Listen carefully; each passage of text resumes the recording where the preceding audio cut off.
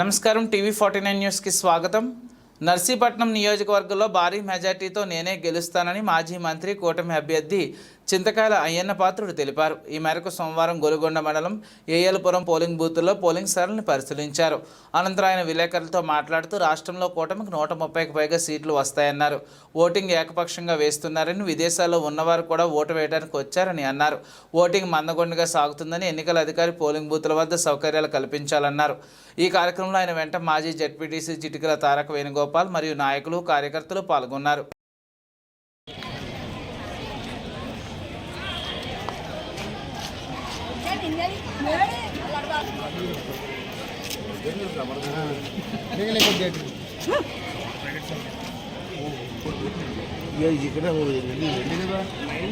నర్సీపట్నం నియోజకవర్గంలో చాలా వరకు పోలింగ్ కేంద్రాన్ని కోవడం జరిగింది. ప్రజలు చాలా ఉత్సాహంగా ఓటింగ్ చేస్తున్నారు, రావడం జరిగింది. ఇంట్రెస్ట్ చేస్తున్నారు. కూడా మంచి పెద్ద గుళ్ళు ఉన్నాయి, మంచి పరిణామం. అయితే నర్సీపట్నం ఆర్టీఓ గారు కానీ జిల్లా అడ్మినిస్ట్రేషను ఈ వాటర్ కానీ ఎన్ని ప్రొవైడ్ చేయడంలో పూర్తిగా ఫెయిల్ అయ్యారు. ఇలాగే మాట్లాడాను. నేను ఆర్టీఓ గారికి కూడా రిపోర్ట్ ఇచ్చి, కలెక్టర్ గారికి రిపోర్ట్ ఇచ్చాను. మీనా గారు ఎన్నికల కమిషన్ మీనా గారికి కూడా రిపోర్ట్ ఇచ్చాను. లేదా ఎన్నికల కమిషన్ అన్ని ఏర్పాటు చేయమని చెప్తే ముసలి ఉన్నారు, ఎండ ఎక్కువ ఉంది, మంచినీళ్ళు కూడా ప్రొవైడ్ చేయలేని పరిస్థితి ఉంది. చాలా అయ్యారు అడ్మినిస్ట్రేషన్. ఏమంటానంటే నేను గట్టిగా చెప్పొచ్చాను. నర్సీపట్నంలో అయితే నేను పాలకొండ చేతే వాటర్ సప్లై చేయించి ఏర్పాటు చేశాను. మీ ద్వారా రాష్ట్ర వ్యాప్తంగా ఉన్నటువంటి Telugu Desam party, Janasena party, BJP party నాయకులు ఉన్నారు. అంటే గవర్నమెంట్ ఆధారపడకుండా, అది ఎండలో ముసలికి ఇబ్బంది లేకుండా, మంచి ఆడవాళ్ళకి ఇబ్బంది లేకుండా మనమే సప్లై చేద్దాం. అందరూ కూడుకొని ఎండలో ఉన్నటువంటి ముసలికి కానీ, ఆడవాళ్ళకి కానీ, ఎవరికి ఇబ్బంది పడతారు మంచి వాళ్ళకి మనమే చెప్పి ఈ ఎండని కోరుకున్నాం. రెండోది అంటే పోలింగ్ కొంచెం స్లోగా అవుతుంది. అయిన పనులు ఏటీఎం కార్డు ఇస్తారు, రాగలేదు, కానీ చూడో అంటే కొంచెం ఇబ్బంది పడుతున్నారు. కాబట్టి పోలింగ్ స్పీడప్ చేయవలసిన అవసరం ఉంది.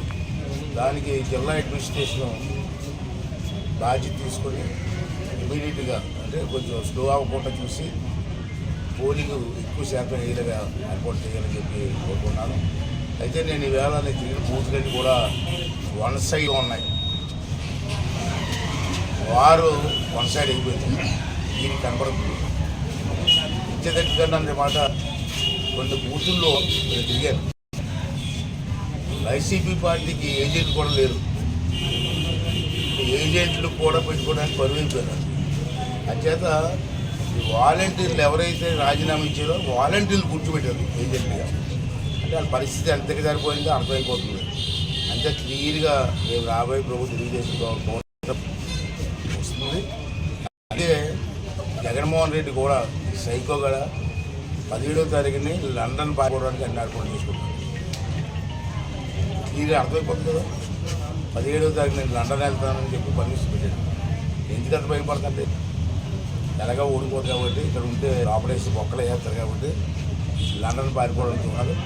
ఇది ఎక్కడ లండన్ పోయినా, అమెరికా పోయినా, ఎక్కడ పోయినా ప్రభుత్వం వచ్చిన వెంటనే మేము పిల్లక పట్టుకొని లాక్కొచ్చి మీకు జైలుకి పంపించి ఏర్పాటు మేము చేస్తామని కూడా సంతో మనం చేస్తూ, అలాగే ఓటర్లందరికీ నాకు విజ్ఞప్తి ఏంటంటే మంచి అవకాశం, ఇది రాష్ట్రం కోసం.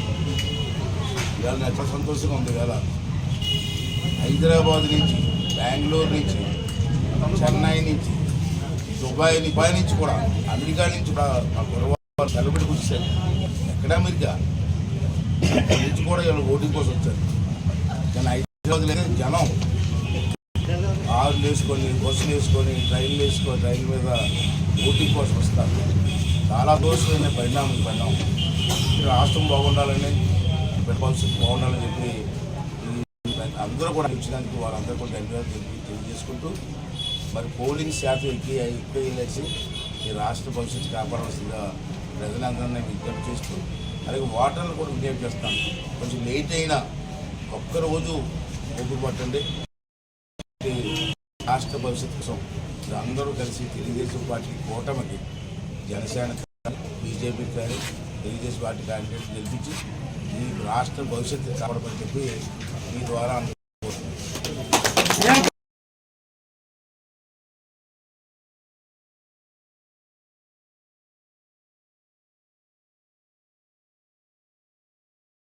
ఉత్సాహంగా ఓటిలో పాల్గొన్నాం. పూర్వం మనకు తీసుకొచ్చేవాళ్ళం, వాళ్ళు పైకి వస్తున్నారు.